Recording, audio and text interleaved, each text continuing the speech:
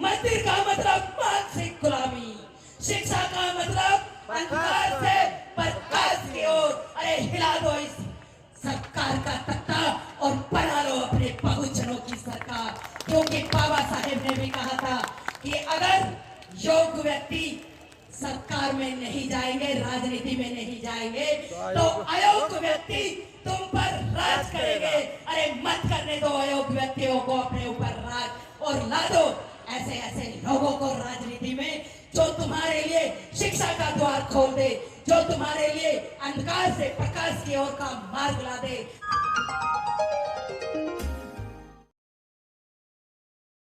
इस संसार को वैज्ञानिक धर्म देने वाले सम्यक संबुद्ध तथागत बुद्ध के चरणों में कोटि कोटि नमन करते हुए मनुवाद की रीढ़ की हड्डी को तोड़कर इस भारत के अंदर शिक्षा की ज्योति जलाने के लिए महिलाओं को उनका हक अधिकार और शिक्षा के मार्ग पर अग्रसर करने वाली महामना ज्योतिबा फूले जी के चरणों में कोटि कोटि नमन करते हुए, माता सावित्रीबाई फूले के चरणों में नमन करते हुए, और इस भारत को भारत देश बनाने के लिए, इस भारत को अखंड भारत बनाने के लिए, इस भारत को अशोका का भारत बनाने के लिए फिर से शोषित वंचित पीड़ितों और सभी को उनके समान अधिकार दिलाने के लिए भारत के संविधान निर्माता बाबा साहेब डॉक्टर बी.आर. अम्बेडकर के चरणों में कोटि कोटि नमन करते हुए, समस्त पूज्य भिक्षु संघ को नमन करते हुए, और आज इस भारत के अंदर समानता की लड़ाई लड़ने के लिए जो ये मंच लगाया गया है, अपने भाई फतेह बहादुर जी को बहुत बहुत नमन करते हुए कि उन्होंने माता सावित्रीबाई फूले के विचारों को आगे बढ़ाने के लिए जो अपने कांधे पर ये जिम्मेदारी ली है, तो मैं उनके चरणों में नमन करते हुए मंच आसीन सभी को जो उम्र में मुझसे बड़े हैं उन्हें नमन करते हुए, और अगर छोटे और हम उम्र है तो उन्हें बहुत बहुत साधुवाद देते हुए सभी को राखी रावण का नमो बुद्धाय। जय भीम। जय भीम का जवाब जय भीम के साथ जरा जोर से दे दो, एक बार बोलो जय भीम। जय भीम। बहुत बहुत धन्यवाद। क्योंकि यहाँ टाइम इतना नहीं है और मैं अपनी बात शॉर्ट में ही रखूंगी। मैं गाजियाबाद से चलकर आप लोगों के बीच आई, पहले कड़सर के अंदर आई थी। माता सावित्रीबाई फूले की जयंती आज मनाई जा रही है। 3 जनवरी 1831 को उनका जन्म हुआ, लेकिन महिलाएं यहाँ बहुत बड़ी संख्या में है, तो मैं उनके संघर्ष से जुड़ी थोड़ी सी बात आप लोगों को जरूर बताकर जाऊंगी कि अगर माता सावित्रीबाई फूले कर सकती हैं तो फिर आप भी कर सकते हो और हम भी कर सकते हैं। माता सावित्रीबाई फूले को इस भारत की मनुवादी व्यवस्था के कारण पढ़ने का अधिकार नहीं था। ज्योतिबा फूले जी, बहुत सारे लोग ये कहते हैं जी हिंदू धर्म में कोई कमी नहीं है, लेकिन मैं किसी धर्म की विवेचना न करके जो मेरे पूर्वजों पर बीता, जो मेरी महिलाओं पर बीता, जो मेरे शोषित वंचित समाज पर बीता, मैं उस बात को जरूर लेकर चलती हूँ। और वहीं से शुरुआत करती हूँ मैं, जब महामना ज्योतिबा फूले जी अपने एक साथी ब्राह्मण की बारात में जाते हैं तो वहां पर उनका अपमान किया जाता है, उन्हें बारात से वापस कर दिया जाता है और उन्हें कहा जाता है कि हमारे यहाँ ये शूद्र लोग बारात में नहीं आया करते, हम इन्हें सम्मान नहीं देते। वो बारात से वापस लौट कर आते हैं, उनकी आंखों में आंसू होते हैं। माता सावित्रीबाई फूले जब वो घर पर आते हैं तो बहुत दुखी नजर आती हैं। उनकी आंखों में आंसू देखकर महामना ज्योतिबा फूले जी कहते हैं कि सावित्री, आज उन लोगों ने मेरा अपमान किया है, मैं उन लोगों को नहीं छोड़ूंगा। तब माता सावित्रीबाई फूले जो ज्ञान की बहुत बड़ी ऊंची प्रतीक हैं, उन्होंने अपनी समझदारी से काम लिया। और मेरी माताओं बहनों, आपको भी अपने बच्चों को, अपने पति को, अपने भाइयों को वही सीख देनी है जो माता सावित्रीबाई फूले ने दी। उन्होंने कहा कि आप एक को मारोगे, 2 को मारोगे, उससे क्या होगा। धन्यवाद। आप 1 को नहीं, 2 को नहीं, 3 को नहीं, 4 को नहीं, मेरी बात मानिए और उस पेड़ के फल को नहीं, उस पेड़ की जड़ को काट डालिए जिस पर ये मनुवाद फलता है। यानी कि हिंदू धर्म में जो कुरीतियां हैं उनको उखाड़ डालो, उनके विरोध में काम करो। और तब महामना ज्योतिबा फूले जी महिलाओं के लिए और हमारे पुरुषों बच्चों के लिए स्कूल का दरवाजा ताकते हैं। घर से निकाल दिया जाता है, पिताजी कहते हैं कि या तो बच्चों को शिक्षा दो, वरना मेरे घर से निकल जाओ, क्योंकि मनुवादियों का दबाव उन पर पड़ा। बात नहीं मानी पिताजी की, घर का त्याग कर दिया। शरण किसी हिंदू ने नहीं दी, हिंदू ने नहीं दी शरण। मैं मंच से ठोक कर कहती हूँ कि जो लोग ये कहते हैं कि आप हिंदू धर्म का नाम लेते हो, माता सावित्रीबाई फुले और महामना ज्योतिबा फुले को किसी ने भी अपने घर में शरण नहीं दी, बहिष्कार कर दिया गया उनका। तब मैं सल्यूट मारती हूँ फातिमा शेख जी को, उन्होंने अपने घर में महामना ज्योतिबा फुले और सावित्रीबाई फुले को जगह दी, और उन्होंने स्कूल जो खोला उसमें मात्र घर घर जाकर वो बुलाती थी और 9 कन्याएं पहली बार आई। लेकिन रिजल्ट देखिए, वो काम करती गई, कीचड़ फेंके गए, साड़ियां सनती चली गई, साड़ियां फटती चली गई, लेकिन माता सावित्रीबाई फुले के कदम नहीं रुके, महामना ज्योतिबा फुले जी के कदम नहीं रुके। और आज उन्हों का ही ये मेहनत का फल है कि उन्होंने एक झोपड़ी से एक पेड़ के नीचे शुरुआत करके 18 स्कूल और कॉलेज इस भारत की पावन भूमि पर खोले, महिलाओं को अधिकार दे डाला, महिलाओं को आगे बढ़ा दिया। तो मैं सैल्यूट मारती हूँ ऐसे माता सावित्रीबाई फुले को। आप भी अपने बच्चों को लिए, बाबा साहेब ने एक बात कही कि अपने अधिकारों के लिए तुम्हें लड़ना पड़ेगा और लड़ने के लिए तुम्हें पढ़ना पड़ेगा, क्योंकि पढ़ने से ही ज्ञान आएगा। ज्ञान के बिना अगर तुम लड़ने के लिए जाओगे तो तुम्हें परास्त कर दिया जाएगा। है मेरे बहुजन समाज के लोगों, है मेरे बहुजन समाज की महिलाओं, जाग उठो। और जो काम फतेह बहादुर जी ने और बिहार के अंदर, मैं सल्यूट मारती हूँ यहाँ के शिक्षा मंत्री चंद्रशेखर जी को, जिन्होंने इस संविधान का मान रखते हुए कह दिया कि मैं तुलसीदास की रामायण को नहीं मानता, जिसमें लिखा गौ कुमार शूद्र पशु नारी ये सब शरण के अधिकारी। अरे हम मानते हैं तो भारत के संविधान को मानते हैं, जिसमें नर नारी एक समान है। अगर पुरुष कोई काम कर सकता है तो वही काम महिला भी कर सकती है। तो तुम्हें संविधान चाहिए या ये मनुस्मृति चाहिए? बोलो क्या चाहिए? कितने लोग संविधान की बात करेंगे? हाथ ऊपर करो। अरे वाह, जो कोई संविधान की बात करेगा वही देश पर राज करेगा। अरे बिहार की धरती से आगाज कर दो, क्योंकि यहीं से सम्राट अशोक का यह आगाज है। उन्होंने यहीं से शुरुआत की, इस बिहार की पावन भूमि से इस भारत को अखंड भारत बनाया, और उनसे ज्यादा सम्राट बेहतर आज तक कोई साबित नहीं हुआ। हुआ क्या? वो बुद्ध की शरण में गए, तो जब बुद्ध की शरण में सम्राट अशोक गए तो हम भी बुद्ध की शरण में जाएंगे। इस भारत में प्रथम नारी महिला शक्ति पाखंडवाद को नकारते हुए उन्होंने बुद्ध के मार्ग को चुना, तो ये महिलाएं बुद्ध की शरण में जाएंगी और संविधान की बात करेंगी। यहाँ बाबा साहेब ने जो महिलाएं पैर की जूती समझी जाती थी, उन महिलाओं को सर का ताज बाबा साहेब ने बना दिया। इस देश के अंदर उन्होंने सारे अधिकार महिलाओं को दे डाले। तो हम ऐसे धर्म में नहीं रहना चाहते जहाँ महिलाओं को पैर की जूती दासी बनाया जाता है, जुए में हारा जाता है, मेलों में बेचा जाता है। हम ऐसे धर्म का बहिष्कार करते हैं, हम ऐसे धर्म का एकदम आगे है, एकदम आगे। रहना चाहोगी क्या ऐसे धर्म में? बोलो। तुम्हें दासी बनना स्वीकार है? तुम्हें अनपढ़ रहना स्वीकार है? नहीं, तुम्हें मेलों में बिकना स्वीकार है? नहीं है। तो अपने बच्चों को और खुद तुम्हें doctor, engineer, IAS, PCS, MLA, मंत्री, संतरी बनना स्वीकार है? हाथ ऊपर करो। स्वीकार है? स्वीकार है तो आ जाओ बुद्ध की शरण में, कर दो त्याग ऐसे धर्म का जो तुम्हारा सदियों से शोषण करता आ रहा है, और आज यहाँ से शपथ लेकर जाओ। इस प्रोग्राम को मनोरंजन की दृष्टि से मत देखना, क्योंकि महामना ज्योतिबा फुले जी ने अपना पूरा जीवन समर्पित करके, माता सावित्रीबाई फुले ने अपना पूरा जीवन समर्पित करके, बाबा साहेब ने अपना तमाम जीवन लगा करके, भगवान बुद्ध ने अपना राजपाट तुम्हारे लिए छोड़ करके, साहब काशीराम जी ने अपने बड़े पद को ठोकर मारकर तुम्हारे लिए, और जितने भी यहाँ नायक नायिकाएं हुए हैं उन सभी ने तुम्हारे उत्थान के लिए अपने जीवन का बलिदान कर दिया, अपने ऐसो आराम का बलिदान कर दिया। लेकिन हमारी झोली में वो सुख भर गए, तो इस सुख को तुम्हें छीनने नहीं देना है। बोलो, संविधान की रक्षा करोगे या नहीं करेंगे? आज संविधान खतरे में है। ये तानाशाही सरकार आपके अधिकारों को छीनना चाहती है। संविधान बचाओ, देश बचाओ।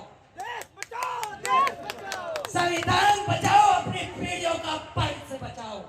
संविधान बचाओ, इस भारत के अंदर समता, स्वतंत्रता, न्याय, भाईचारे का पैगाम लाओ। हमें किसी से कोई ईर्ष्या नहीं, कोई द्वेष नहीं। अरे आ जाओ भगवान बुद्ध के धर्म में, आ जाओ वैज्ञानिक धर्म में। हम इसमें विश्वास नहीं करते कि हनुमान जी सूर्य को कटक गए। हम नहीं करेंगे, जो कोई करे करे, लेकिन हम इस पर विश्वास नहीं करेंगे। हम इस बात पर विश्वास करेंगे कि पूरे संसार में सूर्य नाम का एक ही ग्रह है और वो पृथ्वी से 13 लाख गुना बड़ा है। उसके अंदर बहुत आग है, उसे कोई भस्म नहीं कर सकता। अरे कोई ये तो पूछे कि जब हनुमान जी उसे मुंह में दे रहे थे तो हनुमान जी कहाँ खड़े थे? सोचने का काम कौन करेगा? कौन करेगा सोचने का काम? इसलिए जो ये लिखा है, बहुत बहुत धन्यवाद। मंदिर का मतलब, अरे बोलो, सामने लिखा है, क्या डर है? मंदिर का मतलब मानसिक गुलामी का मार्ग है। मंदिर का मतलब मानसिक गुलामी, और शिक्षा का मतलब प्रकाश का मार्ग। प्रकाश का मार्ग। तो जो यहाँ पर लिखा है, जो इनाम कह दिया कि फतेह बहादुर जी की जीभ काट डालेंगे, 10 लाख रुपए दो। अरे किसी में ताकत है कि कोई फतेह बहादुर जी के पास तक भटक जाए? अरे आकर तो देखो जरा, कितने लोग जान कर देंगे। और हर एक आदमी की जवान पर जय भीम, जय भीम।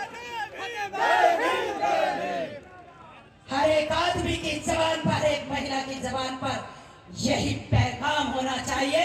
मंदिर का मतलब मानसिक गुलामी, शिक्षा का मतलब अंधकार से प्रकाश की ओर। अरे हिला दो इस सरकार का तख्ता और बना लो अपने बहुजनों की सरकार।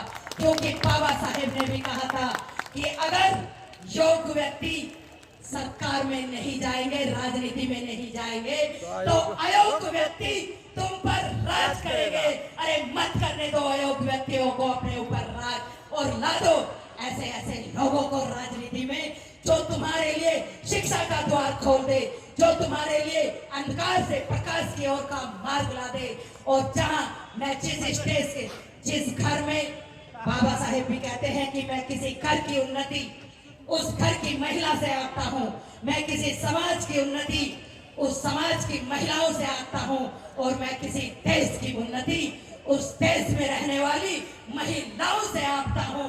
तो सच कर डालो, बाबा साहेब का ये संकल्प, उन्होंने अपने 4-4 बच्चों का बलिदान देकर हमें इन पुरुषों के बराबर लाकर खड़ा कर दिया है।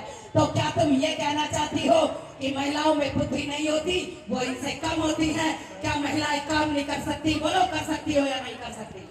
अरे महिलाएं घर पे संभाल सकती हैं और ऑफिस में भी जाकर काम कर सकती हैं।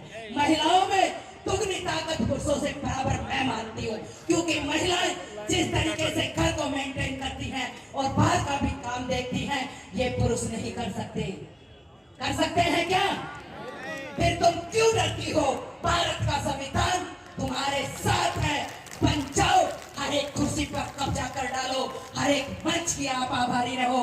और मैं इस मंच पर देख रही हूँ कि यहाँ पर महिलाओं की भागीदारी बोलने के लिए फतेह बहादुर जी ने बराबर से चला रखी है। तो मैं एक बार में सैल्यूट मारती हूँ कि यहाँ महिलाओं के साथ कोई भेदभाव नहीं किया गया।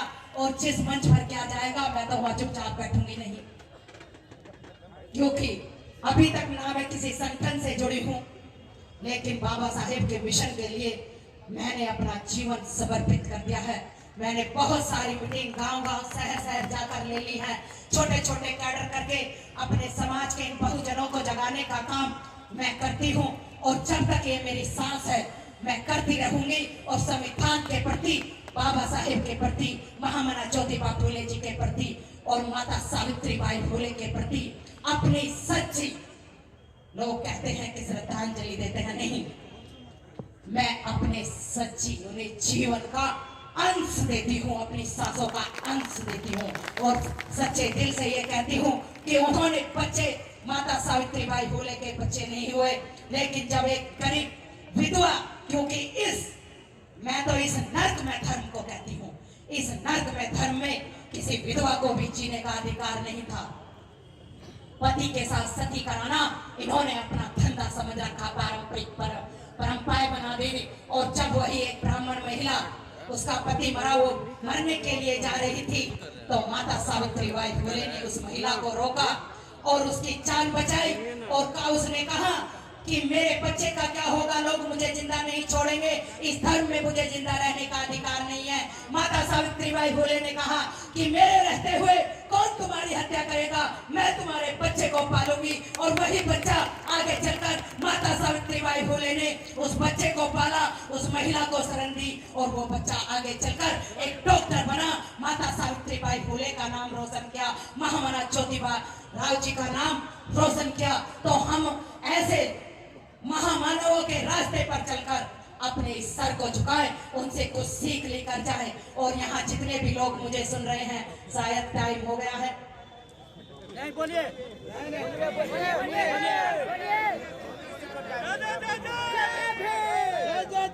अभी आपके बीच में ज्यादा आप लोगों का टाइम नहीं लूंगी, क्योंकि मैं मंच की गरिमा का अपमान नहीं करना चाहती।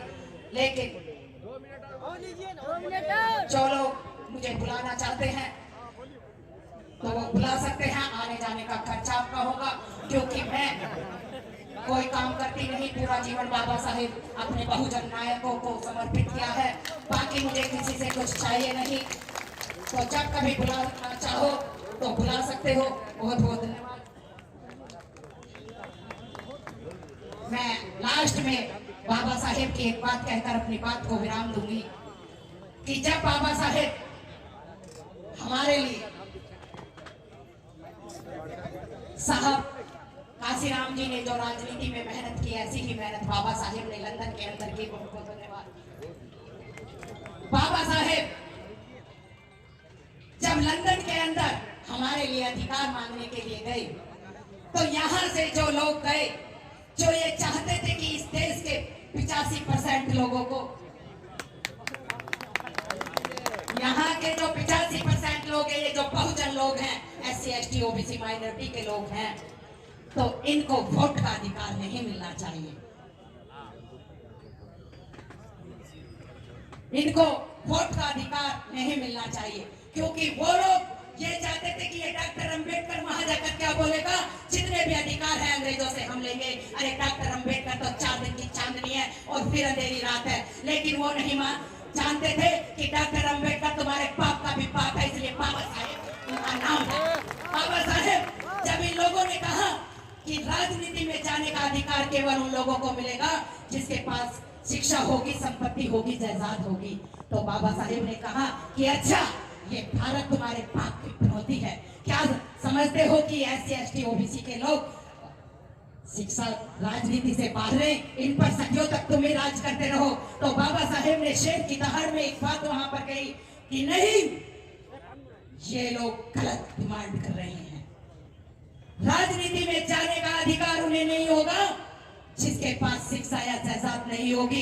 इसका मतलब 15% लोग 85 पर राज करेंगे, ये डॉक्टर भीमराव अंबेडकर कभी होने नहीं देगा। अरे भारत में रहने वाले प्रत्येक नागरिक को वोट डालने का अधिकार होगा, राजनीति में जाने का अधिकार होगा, जो भारत का नागरिक होगा, जिसकी उम्र 18 साल होगी। बाबा साहेब ने तुम्हारे लिए लंदन में ये दरवाजा खुलवा दिया और हमारे लोग, ये बहुजन लोग जिस बात को तिलक ये कहते थे कि ये पान तीली सिगरेट बेचने वाले लोग राजनीति में जाकर क्या करेंगे।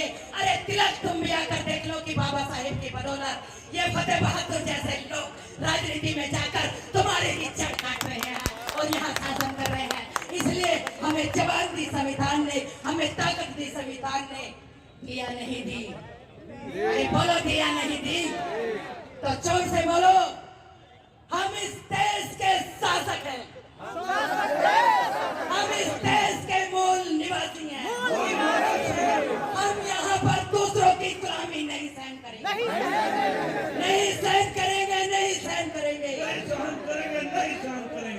समता मूलक समाज की स्थापना के लिए, हम समता मूलक बोलो, हम समता मूलक समाज की स्थापना के लिए इस संविधान को बचाने का हर समय काम करेंगे,